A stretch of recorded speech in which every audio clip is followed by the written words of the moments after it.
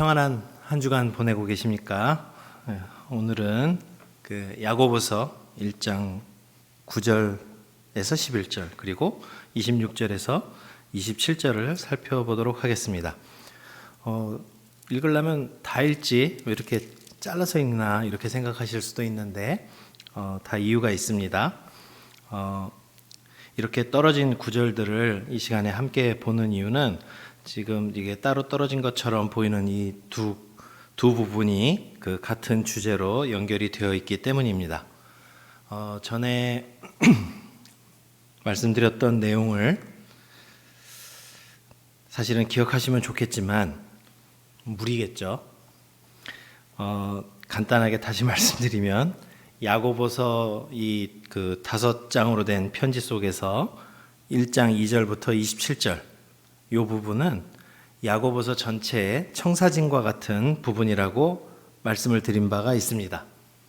그래서 야고보서에서 다뤄지는 그 문제들, 대부분의 신약 성경의 편지들은 그 교회에 어떤 문제들이 있어서 그 문제를 해결하기 위해서 보내진 편지들입니다. 그래서 그 편지의 내용을 함께 읽으면서 우리의 문제가 뭔가, 그러면 이것을 하나님께서는 어떻게 바라보고 계실까, 그러면 우리는 이것을 어떻게 해결할 것인가, 이런 관점에서 쓰여졌다라는 것을 기억하시고 읽으시면 신약 성경의 편지들을 읽으실 때 도움이 되리라고 생각을 합니다. 어쨌든 그 야고보서 전체에서 이 1장 2절부터 27절까지는 그 이후로 펼쳐질 야고보서의 그 야고보서를 받는, 야고보서를 수신하는 그 교회의 구성원들이 겪고 있었던 어떤 문제가 있었고 그것을 해결하기 위해서 내용을 써보냈는데 본론으로 단도직입적으로 들어가기 전에 그 문제에 관해서 소위 이제 밑밥을 깐다라고 저는 표현을 했는데 그 청사진과 같은 그런 역할을 하는 부분이 이 부분이라고 말씀을 드렸습니다. 야고보서 1장 2절부터 27절까지 이 내용은 그 얼핏 보기에는 뭐 이 얘기했다 저 얘기했다 하는 것처럼 되어 있지만 병행 구조로 되어 있다고 말씀을 드린 바가 있습니다. 구체적으로 말씀을 드리면 교회가 시험을 당했는데 그 시험을 감당하는 자세에 대해서 두 부분에 걸쳐서 나눠서 설명하고 있습니다. 2절에서 8절까지 그리고 12절부터 18절까지 시험을 감당하는 자세, 우리가 교회에 불어닥친 이 시험을 어떻게 해결하는 것이 좋을 것인가, 어떠한 마음가짐으로 이 시험을 받아들여야 할 것인가, 그것에 대해서 기록하고 있다고 말씀을 드렸고요. 그럼 이제 교회는 어떠한 시험을 겪고 있는가, 어떤 문제를 겪고 있기에 이 편지를 보내는가 하는 내용이 9절부터 11절 그리고 19절부터 27절에 기록이 되어 있습니다. 그래서 말씀드린 이 9절부터 11절, 19절부터 27절을 보면 야고보서를 받는, 이 편지를 받는 교회가 안고 있었던 문제가 어떠한 문제인지, 그리고 그 문제가 어디서부터 비롯됐는지 대략 알 수 있다고 말씀을 드린 바가 있습니다. 단도직입적으로 말씀드리면 이 야고보서를 받고 있는 이 교회가 겪고 있는 시험의 그 구체적인 내용들, 그걸 말씀드리면 가장 큰 문제는 교회 구성원들 가운데서 부자 그리스도인, 좀 부유한 사람들과 이 가난한 그리스도인들 간에 갈등이 있었다. 왜냐하면 부자들에게는 되게 잘 대해주고 가난한 사람들은 좀 얕잡아 보는 그런 모습이 있었다는 것을 말씀드렸습니다. 이 문제는 한 장 넘겨서 2장을 펼쳐보시면 바로 나타납니다. 2장에 보시면 굉장히 잘 차려입고 비싼 장신구를 끼고, 요즘 같으면 아주 비싼 옷에, 그 다음에 여성분들 같으면 그 비싼 백이라고 해야 되나요? 그런 거 하나 들고 오면 교회에서 아유 이게 저 굉장히 높은 분이 오셨네, 그러고는 아주 이게 상석에 배치해가고 굉장히 그 옷차림이 남루한 좀 없어 보이는 그런 사람이 오면 뭐 알아서 앉든지요, 뭐 저쪽에 계시든지 뭐 편히 머물다 가세요, 뭐 이런 식으로 그 대하는 모습이 있었다고 합니다. 이게 구체적인 하나의 예겠지만 사실은 겉으로 드러나는 예배 시간에 그런 모습이 나타날 정도면 그 외의 모습은 더 말할 것도 없겠죠. 그러니까 교회가 한마디로 그 사람이 가지고 있는 재산, 사회적인 위치, 뭐 이런 걸 가지고 사람을 평가하고 나눴다는 것입니다. 그러다 보니까 사람은 누구나 다 똑같죠. 아무리 없어도 그 영화 대사가 있죠. 우리가 돈이 없지 가오가 없냐, 뭐 이런 영화 대사도 있는 것처럼 돈이 좀 없다고 저렇게 사람을 괄시해도 되나? 그러다 보니까 있는 사람과 없는 사람 사이에 갈등이 나타났고, 그러면 이제 그 갈등은 고운 모습으로 나타나지 않았겠죠?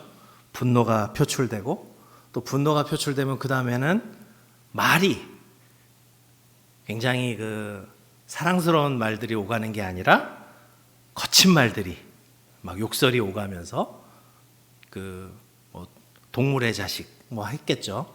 이런 표현들이 막 오가면서 그야말로 교회가 좀 살벌한 그런 가운데서 자신의 잘못들을 잘 인정하지 않고, 우리는 보통 이제 그럴 때 제가 그랬으니 나도 그랬다, 뭐 이제 이런 식으로 맞받아치기가 쉬운데, 이제 이분들은 조금 더 고상하게, 야, 우리가 언제 행함으로 구원을 받았냐, 믿음으로 구원을 받았지 하면서 자신들의 그 잘못된 태도, 이런 것들을 그 교리를 왜곡하는, 그러니까 이거는 그 자기 죄를 정당화하고 스스로 속이는 모습으로 이렇게 나타났다고 말씀드린 바가 있습니다. 처음 듣는 것 같으시죠?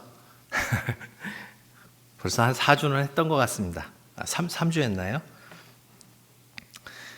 저도 큰일인 것이 그래도 불과 한 몇십 년, 아니 10년, 20년 전만 해도 돌아서면 그래도 뭘 했는지를 잘 기억했는데 점점 이제 위험이 찾아오고 있습니다. 근데 같이 잊어버리시면 마음이 점점 아파옵니다. 어쨌든 그런 얘기들을 전할 때마다 했었습니다. 그런데 이제 그 와중에서 이제 그러한 문제들이 이제 앞으로 2장부터 5장까지 다뤄질 텐데, 그 문제들을 다룸에 있어서 이게 약간 그 내용을 따로 떼서 이 야고보 사도께서는 취급을 하고 계십니다. 먼저 이제 9절부터 11절에 보면 이 낮은 형제와 부한 자의 대립의 문제, 앞서 말씀드렸었죠. 이제 그 이야기를 먼저 하고, 그 다음에 26절, 27절에 보면 이제 진짜 참된 경건이 뭐냐, 진정한 경건, 진정한 종교 생활이 뭐냐 하는 것에 대해서 다루고 있습니다. 이 문제가 사실은 따로따로 분리된 것이 아니고 사실은 같은 맥락의 내용이라고 할 수가 있습니다. 그래서 이게 약간은 그 1장 2절부터 27절까지가 어떤 식으로 배열이 됐냐면, 그 시험을 맞이하는 자세와 문제 측면에서는 약간 그 퐁당퐁당 뭐 이런 구조로 돼 있는 것 같은데, 그 나타난 문제를 배열하는 점에 있어서는 일종의 샌드위치나 햄버거처럼, 저녁에도 시간이 없어서 햄버거를 먹고 왔는데 그 햄버거 같은, 그러니까 샌드위치나 햄버거를 보시면 이게 그 위아래 빵이 있고, 안 드셔보신 분 안 계시죠? 위아래 빵이 있고 중간에 이제 그 내용물들이 있잖아요. 그래서 이제 그 먹다 보면 터져 나오지 않습니까? 터져 나온 문제들이 중간에 껴 있는 거죠. 그래서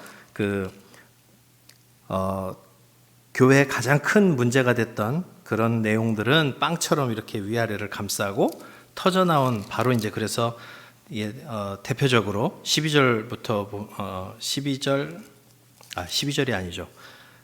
19절에 보면 이제 내 사랑하는 형제들아 너희가 알지니 사람이 듣기는 속히하고 말하기는 더디하며 성내기도 더디하라. 이 말과 분노의 문제가 나오죠.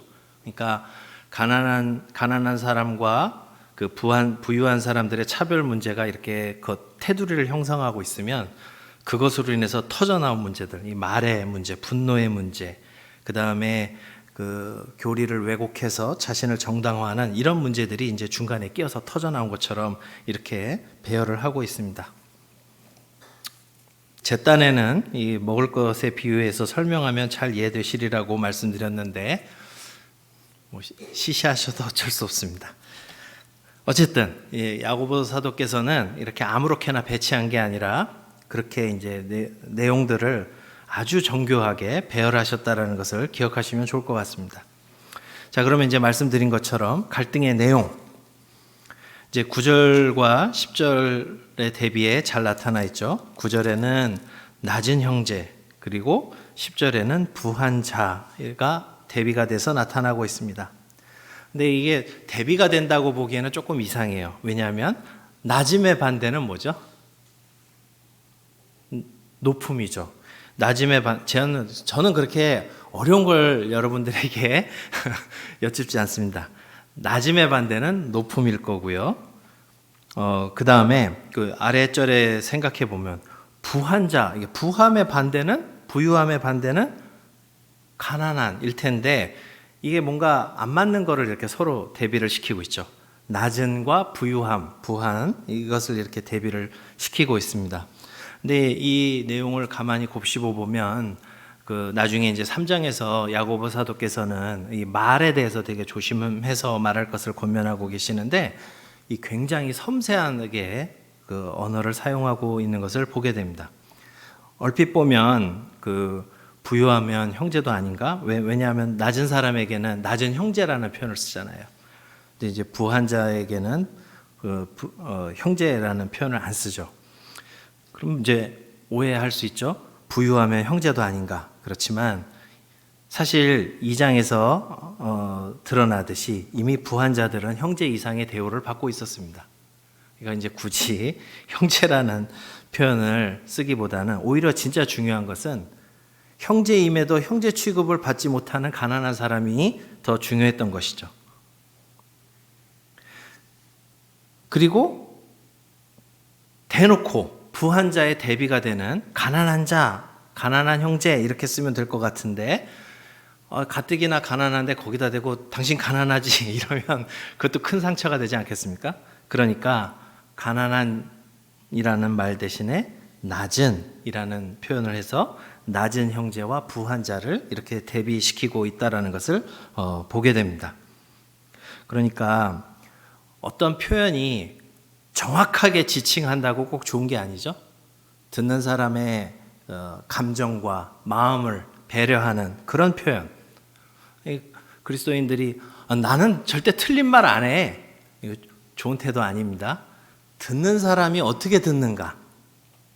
듣는 사람이 어떻게 듣는가? 어떤 마음으로 사실 우리가 살아가면서 대화를 하다 보면 실수할 때 많죠. 듣는 사람 배려한다고 하지만 가끔 말 실수할 때도 많죠.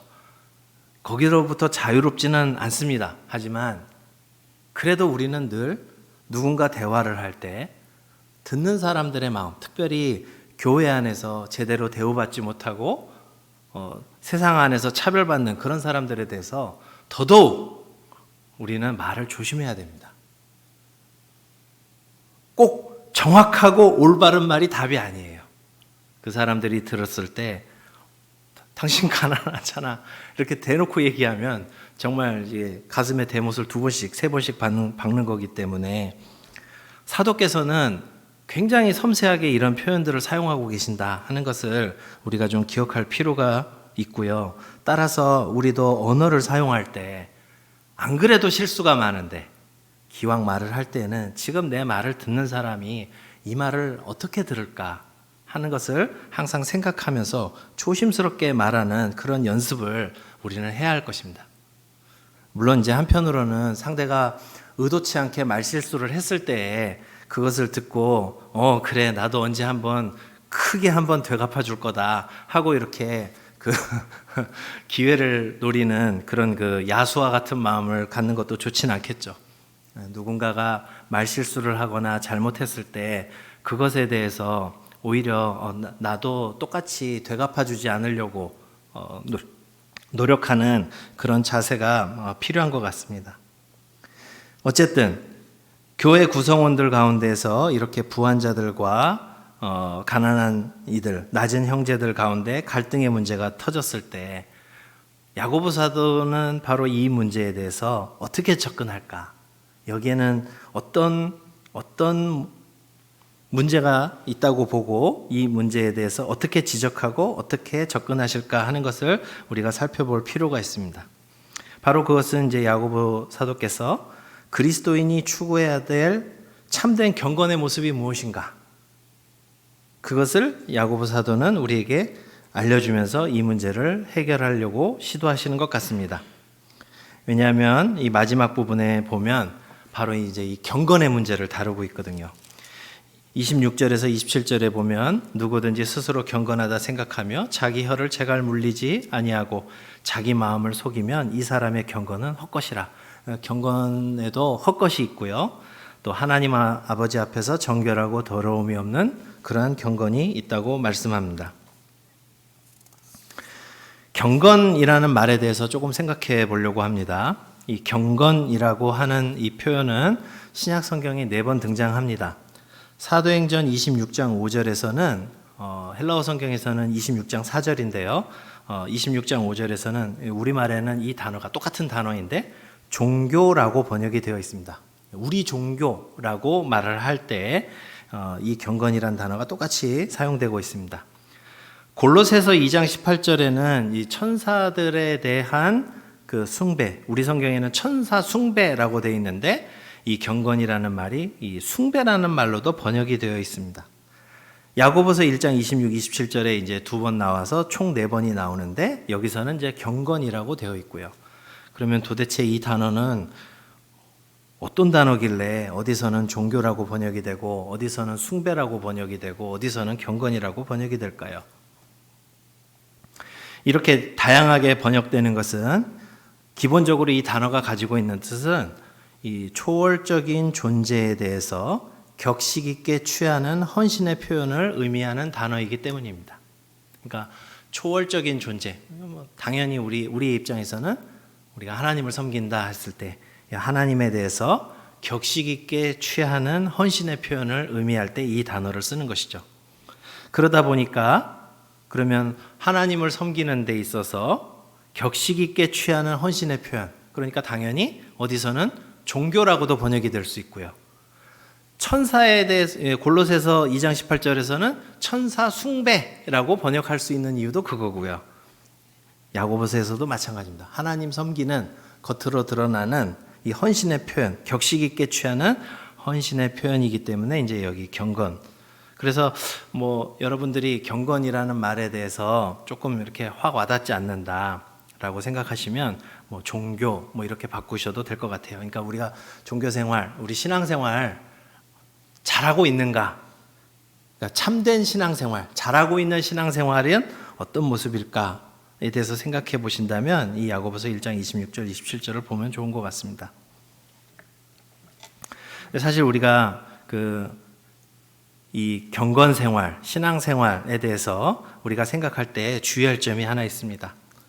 왜냐하면 앞서 말씀드린 것처럼 하나님에 대해서 격식 있게 취하는 헌신의 표현, 그러면 이것이 격식이 있는지 그래도 외부적으로 드러나는 거니까요.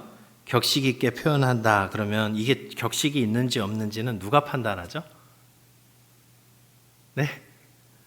원래는 이 사람이 제대로 신앙생활 하고 있는지 아닌지는 하나님께서 판단하시는 거죠. 그렇죠? 그렇지만은 우리는 많은 경우에 사람들이 어떻게 보는가에 대해서 더 관심을 가지지 않나 이렇게 생각을 합니다. 그리고 우리가 쉽게 판단을 하죠. 저 사람이 이런 모습을 가지고 있으면 어떠한 모습을 가지고 있으면 이 사람은 참 경건하다. 이 사람이 이러이러한 모습을 가지고 있으면 이 사람은 경건치 않다. 우리가 우리 잣대로 판단하는 경우가 많지 않을까요? 네. 그래서 가끔은 우리 주관에 그 판단을 맡겨버리면 자신은 계속해서 하나님 앞에서 하나님을 섬긴다고 하면서도 계속 잘못 가면서도 나 정도면 훌륭하지. 이렇게 자기를 변호하고 잘 가고 있다고 정당화할 수도 있는 거죠. 다른 사람의 모습을 볼 때에도 내가 그냥 싫으면 쟤는 이상해. 뭐 하나 이렇게 트집 잡아서 쉽게 판단할 수 있는 거죠. 그래서 사실은 우리가 신앙생활에 대해서, 경건에 대해서 우리의 주관에 따라서 함부로 판단하는 것 굉장히 주의해야 할 것입니다. 더군다나 이제 그런 것들이 활성화가 되면 이제는 또 이제 내가 다른 사람 앞에 어떻게 비춰지는가. 사실은 이 진정한 경건의 본질은 하나님께서 나를 어떻게 보시는가, 내가 하나님을 어떤 마음으로 섬기는가, 거기에 본질이 있는데 다른 사람이 나를 어떻게 보는가, 여기에 초점을 맞추게 되면 이제 그 결과는 어디로 갈지 여러분들은 잘 아시겠죠. 이제 성경에서 흔히 외식이라고 표현하는, 외식하지 말라, 그거 아니겠습니까? 하나님께서 나를 어떻게 보시는가 보다 사람들이 나를 어떻게 보는가, 거기에 관심을 갖기 때문에 잘못 가는 것이 바로 외식이라고 할 수가 있습니다. 요즘은 그 성경에 한자가 다 없어져 가지고 외식하지 말라 그러면 집에서만 밥을 먹어야 하나 뭐 이렇게 생각하실 수도 있는데 그런 의미가 아닙니다. 잘 알고 계시죠? 그래서 우리가 경건에 대해서 조금 주의해야 될 점이 바로 이것입니다. 사실 26절에서 본 것처럼 스스로 경건하다 생각하면서, 바로 이 스스로 나는 경건해라고 생각하면서 자신이 지금 혀에 재갈 물리지 않고 자기 마음을 속이면서 이상한 길로 가면서도 하나님 앞에서 분명히 헛된 경건의 모습을 보이면서도 헛된 신앙생활을 하면서도 나는 잘 가고 있어라고 계속 자기 최면을 걸고 자기를 속이면서 계속 갈 수도 있다라는 그 위험을 야고보 사도는 경고하고 있는 것이죠. 특별히 어떤 사람들이 그랬겠습니까? 부유한 사람들, 또 부유한 사람들만 차별해서 존중하는 사람들은 뭐 남들도 다 그렇게 하는데 뭐 사회에서도 다 그런 거 아니야 원래? 라고 하면서, 그리고 그런 자신에게 아픈 그런 현실은 외면하고 그저 정기적으로 교회에 출석하고 찬양하고 성경 말씀 읽고 기도 자세 잘 취하고 그러면 나는 경건하지 않는가? 심지어 나는 헌금도 많이 내는데 뭐 이런 사고방식을 할 수 있다는 것입니다. 하나님께서 이게 잘못됐다라고 지적하시는 그 문제에 대해서 계속 외면하면서도 나는 잘하고 있어. 나만큼 신앙생활 잘하는 사람 있으면 나와보라고 그래. 항상 남과 비교하면서 우리가 스스로 잘 가고 있다고 착각하면서 스스로를 속이는 짓을 우리는 할 수 있다는 것이죠. 그래서 정말 우리는 하나님 앞에 서는 자세가 굉장히 필요합니다. 세상과 비교하면서 그래도 세상에 비하면 나 이 정도면 훌륭하지 않나?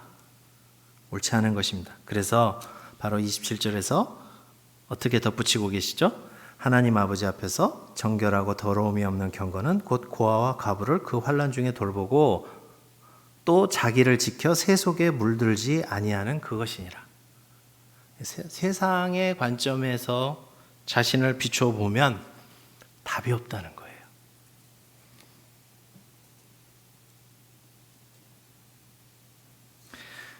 새 속에 물들지 않는 것이 어떻게 보면 소극적이지만 경건의 첫 출발입니다. 자기를 지켜 새 속에 물들지 아니하는 그것.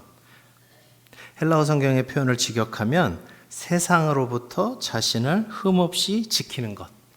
사실 우리말 표현이 좀 더 문학적이긴 하죠. 자기를 지켜 새 속에 물들지 아니하는 그것. 그러면 왠지 느낌이 아주 다른 색으로 많이 물들지만 않으면 뭐 조금 이렇게 얼룩진 것 정도는 괜찮은 것 같잖아요. 근데 이제 헬라어 성경 표현은 좀 더 강합니다. 세상으로부터 자신을 흠없이 지키는 것. 그러니까 결국은 야고보서를 받고 있는 이 수신자 교회의 문제점은 겉으로 드러나기는 부유한 이들과 가난한 이들을 차별하는 것으로 나타났는데 그 이면으로 들어가 보면 어떤 문제가 있다는 것이죠? 세상의 가치관을 그대로 교회 생활에 가져왔다는 것입니다. 세상에서는 돈이 많고 거치장으로 자신을 화려하게 꾸미면 저 사람은 부유하고 좋은 사람인가 보다. 이런 세계관을 가지고 있죠. 그래서 그 세계관에 따라서, 그 가치관에 따라서 교회 안에서도 사람을 똑같이 대했다는 것입니다. 그 내용은 앞서 말씀드린 것처럼 2장 1절부터 4절에 나옵니다.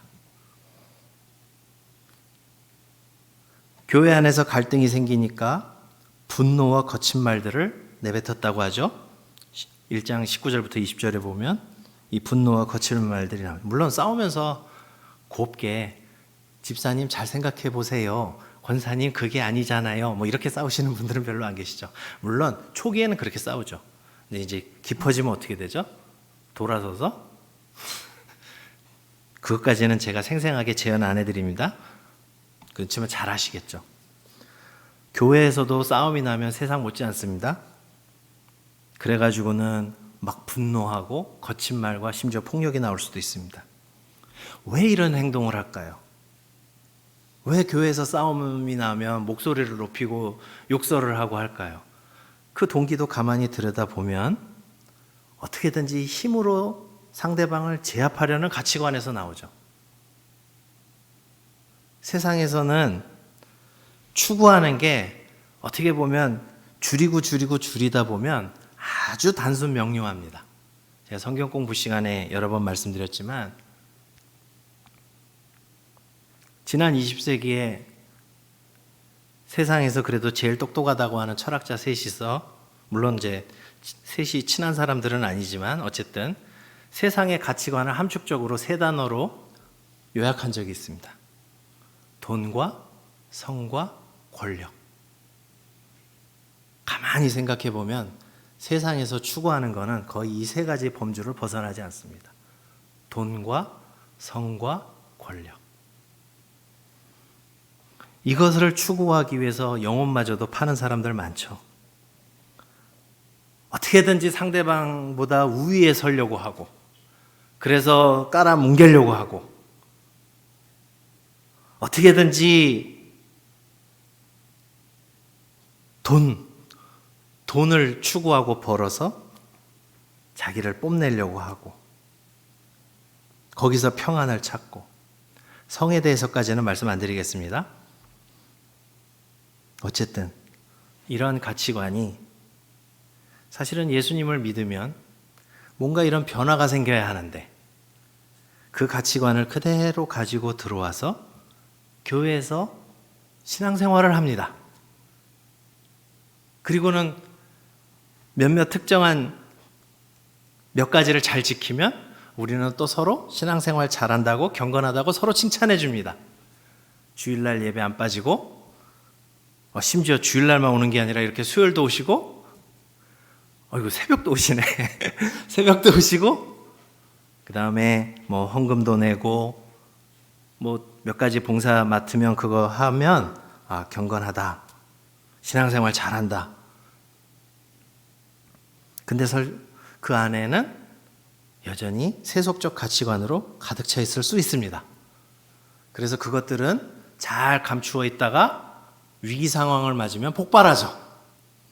싸움이 벌어집니다. 그러면 분노를 제어하지 못해서 어떻게든지 상대를 제압하려고 목소리를 올리고 욕을 서슴지 않고 뭐 표정이든 행동이든 어떻게든 내가 너보다 우위에 서 있다는 걸 보여주려고 하고, 그런 모습 나타날 수 있죠. 돈에 따라서 사람 차별하는 거 일도 아닙니다. 겉으로는 안 할 수도 있어요. 그렇지만은 가만히 보면 예수 믿고 내가 뭘 추구하는가, 기도 제목을 가만히 보면 그 사람이 뭘 추구하면 사는지를 우리는 알 수 있죠. 교회에서 1년 내내 기도회를 한다고 할 때 사람이 제일 많이 모이는 소위 시즌이 있습니다. 언제죠? 수능 100일 앞두고죠. 그때는 정말 열심히 기도합니다. 왜냐하면 이 세상에서 어느 대학을 가느냐에 따라서 삶의 질이 달라진다라고 우리는 굳건하게 믿기 때문에 그렇죠. 그래서 우리는 사람을 바라볼 때 몇 가지 기준으로 평가를 합니다. 저 사람이 돈이 얼마를 가지고 있는지, 집이 어느 동네인지, 그리고 주거 형태, 자가냐, 전세냐, 월세냐, 뭐 그런 거 따지죠. 학교 어디까지 나왔나, 어느 학교 나왔나, 생긴 건 어떤가, 키는 얼마인가, 이런 것들이 우리가 사람을 보고 판단하는 기준이 됩니다. 그래서 왠지 잘생기면 신앙생활도 잘할 것 같고, 조금 이상하게 생기면 왠지 신앙생활도 잘 못할 것 같고, 여기 계신 분들이야 다 표정들이 다 좋으시고 그러니까 신앙생활 잘하는 것 같지만, 저는 사실 이제 자꾸 머리도 빠지고요. 머리도 빠지고 그래요, 사실. 네, 우리 교회 오면 이제 보세요. 우리 담임 목사님 키 훤칠하시죠? 이제 항상 이렇게 우러르고 살았는데, 목사님, 박바울 목사님 새로 왔는데 더 우러러 보고 있습니다.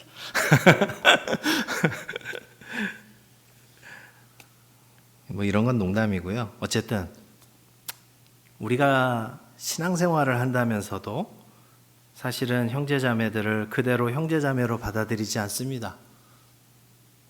그 사람이 가지고 있는 외적 조건에 따라서 판단하는 경우가 많았고, 그것이 그대로 드러난 것이 이 야고보서를 처음 받은 그 교회였습니다. 그런 면에서는 이 교회와 우리와 큰 차이가 있을까 생각해 볼 때 그 판단은 여러분들 스스로에게 맡기겠습니다. 하지만 분명한 것은 우리가 왜 성경을 계속 읽으라고 하는가? 단순히 성경을 많이 읽으면 뭐 복이 생기고 자다가도 떡이 생기고 이게 아니고요. 성경을 반복해서 읽는 이유도, 성경을 공부하는 이유도, 사실은 우리가 가만히 있으면 세상이 끊임없이 우리 속에 주입하고 있는 이 세속의 가치관을 그냥 맹목적으로 받아들이기 때문에, 그거 아니라고, 하나님 말씀이 어떻게 뭐라고 쓰여 있는지를 자꾸 봐야 그래도 그건 아니지 않나 하고 저항할 수 있기 때문에, 그래서 교회에서 성경을 반복해서 읽으라고, 열심히 읽으라고 그렇게 계속해서 권면하는 이유가 거기에 있습니다. 우리가 그마저도 하지 않으면, 심지어는 우리의 대화나 생각 가운데 경험한 일들을 통해 배운, 알게 모르게 습득한 이 세상에서의 그 가치관들 가지고 심지어 성경도 제멋대로 읽고 신앙생활도 제멋대로 하는 경우가 허다합니다. 그래서 성경 말씀도 취사 선택하죠. 어떤 말씀들 좋아합니까? 내게 능력 주시는 자 안에서 내가 모든 것을 할 수 있느니라. 이런 거 다 좋아하시죠? 이제는 거꾸로 하셔야 됩니다. 세상이 여러분들에게 어떠한 생각을 주입하고 어떠한 것을 가르치고 어떠한 생각을 심으려고 하든지 간에, 성경에 비추어서 이게 맞나? 하나님께서 이거 기뻐하실까? 그거를 끊임없이 고민하시면서 오히려 그 생각들을 저항하고 그 생각들을 바꿔야 합니다. 그래서 자기를 지켜서 세속에 물들지 아니하는 그것과 더불어서 이제 더 나아가서 취해야 될 태도가 바로 종말론적 신앙입니다. 바로 그것을 야고보 사도께서는 9절에서 11절까지 말씀하고 계시죠. 낮은 형제는 자기의 높음을 자랑하고 부한 자는 자기의 낮아짐을 자랑할지니. 왜 그래야 하는 거죠? 이는 그가 풀의 꽃과 같이 지나감이라. 다 지나간다는 거예요. 풀은 마르고 꽃은 시드나 주의 말씀은 영영이 서리라. 언젠가는 우리가 주님의 심판대 앞에 서게 되는데, 그때 여러분들 꼭 기억하셔야 됩니다. 하나님 앞에 우리를 세우는 것은 여러분들의 재산이나 여러분들이 가진 집이나 여러분들이 졸업한 학교나 여러분들 출신 지역 아무 의미 없습니다. 주일학교 애들도 알아요. 돈으로도 못 가요? 하나님 나라. 주일학교 애들도 알아요. 근데 신앙생활을 수십 년을 해도 마치 돈이 많으면 천국 가는 것처럼 생각하시는 분들이 계세요. 좋은 대학 나오면 천국 가는 걸로 생각하시는 분들이 계세요. 그래서 애들을 야, 신앙생활은 대학 가서 해도 돼. 고등학교 되면 안 보내죠. 설마 주님께서 심판대 앞에서 자, 이제부터 이력서를 나눠줄 테니 저 어느 직장 다녔는지 어느 대학 나왔는지 그거 다 써봐라 해서 야, 얘가 안 되겠다 야 이렇게 해서 지옥에 보내실까요? 이 간단한 것을 생각하지 못하는 것 같습니다. 그래서 그리스도인들이 정말 많이 잊고 사는 것이 하나님 앞에서라고 하는 이 단순한 용어를 자꾸 잊어버리고 사는 것 같습니다. 하나님 앞에서 낮은 형제는 자기의 높음을 자랑할 수 있습니다. 부한 자는 자기를 낮추고 이 가난하고 어려운 형제들과 같이 한 형제됨, 자신의 낮아짐을 자랑할 수 있습니다. 하나님 앞에서요. 그래서 야고보 사도께서는 바로 이 세속으로부터 자신을 지키는 것에서 더 나아가서 이 종말론적인 신앙, 하나님 앞에서 사는 신앙을 교회에 권면하고 계십니다. 그러다 보니 하나님께서 어느 곳을 바라보시는가 하는 게 중요하겠죠? 다시 27절로 가보겠습니다. 하나님 아버지 앞에서 정결하고 더러움이 없는 경건은 곧 고아와 과부를 그 환난 중에 돌보고. 고아와 과부라는 이 표현을 구약 성경을 열심히 읽으신 분들이라면 구약 성경에서 말 그대로 낮은 자, 가난한 자, 사회적 약자를 대표하는 이들이라는 것을 금방 아실 수 있을 것입니다. 찾아보실지 안 찾아보실지는 모르겠지만 제가 그냥 빨리 읽어드려도 신명기 10장 18절, 24장 17절에서 20절에서 21절, 27장 19절 그 외에도 고아와 과부 찾아보시면 정말 많이 나옵니다. 시편 68편 5절은 다음과 같이 말씀합니다. 그의 거룩한 처소에 계신 하나님은 고아의 아버지시며 과부의 재판장이시라. 하나님은 높이 계시지만 그분은 늘 낮은 곳에 마음을 두시는 분이라고 성경은 소개하고 있습니다. 그래서 예수님께서는 우리의 구원을 위해서 이 땅에 그야말로 낮은 자의 자리로 낮은 모습으로 오셨습니다.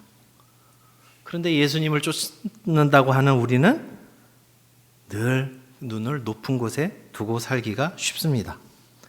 대놓고 말을 안 해서 그렇지 예수님을 발판 삼아서 올라가고 싶다는 소원을 늘 기도 속에서 아뢰고 있는 경우가 많지 않습니까? 우리만 그런 건 아니고요.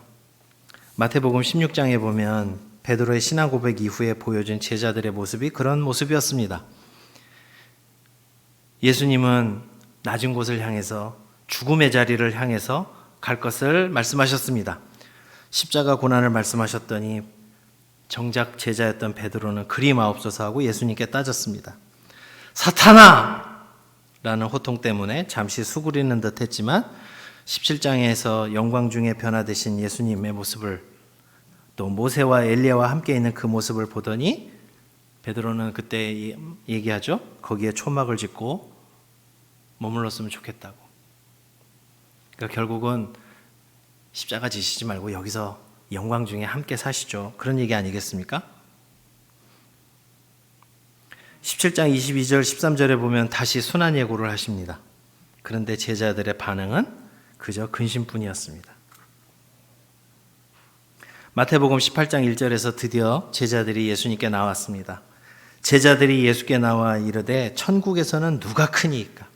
예수님은 앞서서 계속 내가 죽으러 간다 얘기하시는데 잘 알겠고요. 그런데 천국에서는 누가 큽니까?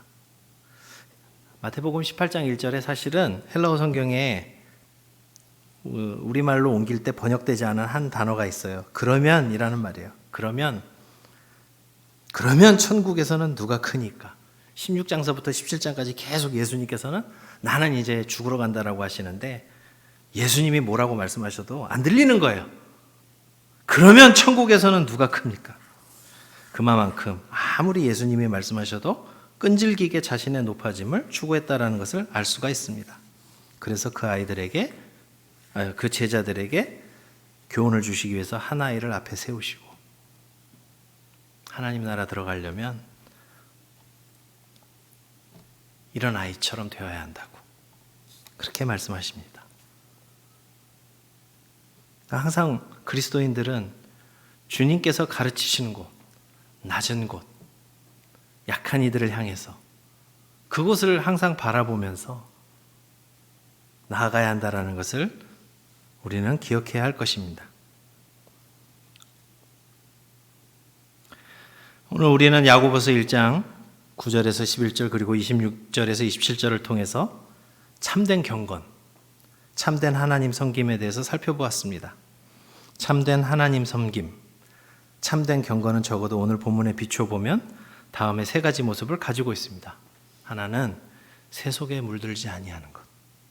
도리어 하나님 앞에서 새 속에 가치 있는 것들을 상대화하고, 그는 어떻게 할 때 상대할 수 있다고요? 하나님 앞에서 종말론적인 신앙을 가질 때 상대할 수 있다고 그랬죠. 그리고 주님께서 우리에게 가르쳐 주신 대로 낮은 곳을 바라보면서 겸손하게 자신을 낮추며 낮은 자들에 대한 사랑을 실천하는 것입니다. 사실 쉽지 않은 길입니다. 그러기에 끊임없이 우리는 자신을 성경 말씀에 비춰보고 눈을 열어달라고, 힘을 달라고, 내려놓을 수 있게 해달라고 주님 앞에 간구하는 것입니다. 내가 더 높은 곳을 가기 위해서 주님 힘을 주세요 이게 아니라 내가 기꺼이 더 낮은 자세로, 더 섬기는 자세로 갈 수 있도록 주님 힘을 달라고. 사실 우리가 이거 실천하려면 쉽지 않죠. 모처럼 성질 죽이고 마음 죽이고 낮춰서 이렇게 하면 상대방은 타고 올라오죠. 그러면 이제 어느 날 분노가 폭발하죠. 가만히 있으니 가만히로 보이나, 보자 하니 보자기로 보이나 하면서 속에서 막 끓어오르죠. 그럴 때 우리가 누구를 바라보아야 합니까? 우리 주님은 어떠셨을까? 하나님의 아들이 이 땅에서 어떠한 일을 겪으셨는지는 여러분들도 잘 알고 계실 것입니다. 그 주님은 그렇게 가셨는데 우리는 그 주님을 따른다고 하면서도 계속 주님 뜻과 무관하게 높은 곳을 추구한다면 그것이 참된 경건일까? 야고보 사도는 우리에게 묻고 있는 것입니다. 본문 말씀을 기억하면서 정말 진짜 주님께서 기뻐하시는 참된 신앙생활이 뭘까? 참된 경건이 무엇일까? 깊이 생각하시면서 우리의 눈이 어디를 향해 있는지 다시 한번 돌아보시고 우리가 스스로를 속이고 사는 것은 아닌지 다시 한번 점검해 보시고 주님과 진정 동행하며 참된 경건을 실천하는 저와 여러분 되시기를 주님의 이름으로 축원합니다. 기도하겠습니다. 주님, 말씀을 살펴보았습니다. 하지만 우리가 말씀을 쫓아서 살아가는 것이 쉽지 않습니다. 우리에게 힘을 주셔서 참을 수 없는 그때라도 참을 수 있게 하시고 더 낮아질 곳 없는 것처럼 보이는 그 가운데서라도 낮아지게 하시고 겸손히 주님과 동행하는 우리 모두가 되게 하여 주시옵소서. 주님의 말씀을 아는 것으로 충분치 않사오니 실천할 힘을 허락하여 주시옵소서. 이 시간 기도하는 우리 모든 지체들 가운데 주님께서 어떠한 마음을 가지고 우리를 대하셨는가 깊이 생각하면서 주님을 따를 수 있는 믿음을 더하여 주시옵소서. 우리 주 예수 그리스도의 이름으로 기도하였습니다. 아멘.